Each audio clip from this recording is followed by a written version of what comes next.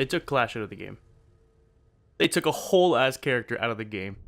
Ubisoft, what the fuck is going on with you? How's it going, everyone? My name's Deets Gaming, and today we're going to be talking about Ubisoft's attempt at fixing Siege's glitch exploits that have been taking over multiplayer recently.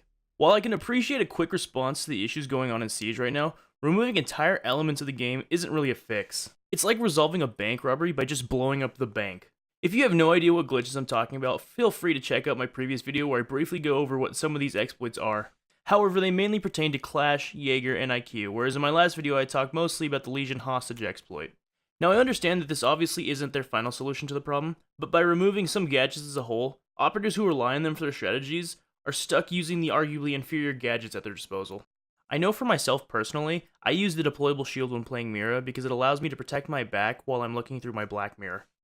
The amount of times I've been killed from behind his mirror now that deployable shields are gone is staggering. Most of my anchor strat relied on having some sort of cover behind me so I at least have a chance when I'm getting flanked, but that's been taken away because the developers wanted a quick fix to buy time to figure out a way to patch the actual problem.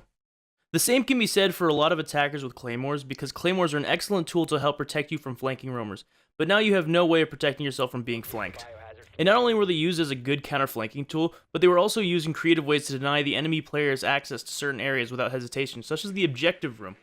See, as much as I dislike that deployable shields are temporarily gone, I can understand why, because a few of the defending operators were capable of using the exploit to have the deployable shield move around with them, other than Jaeger. However, with the Claymore issue, only IQ was capable of using the invisibility exploit. I'm surprised that with Ubi's approach to the problem this time around, they didn't just remove IQ from the game as well. With all jokes aside though, I have a bigger problem with Claymores being removed because only one attacker was capable of pulling off the glitch.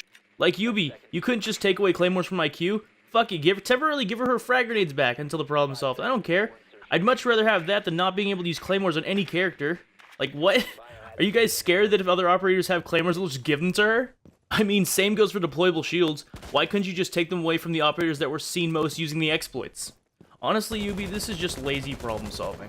But fuck it, whatever. These changes don't even come close to the elephant in the room that is Clash. As I stated in my last video, her exploit allows the player to run around with both her shield and gun out at the same time, making it almost impossible for attackers to shoot her, all while she can easily shoot you with no concerns about taking damage.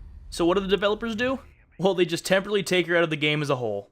You know, barbed wire was using the glitch, so like I said with the other two exploits, why not just take away barbed wire from Clash? You know, instead of removing her from the fucking game!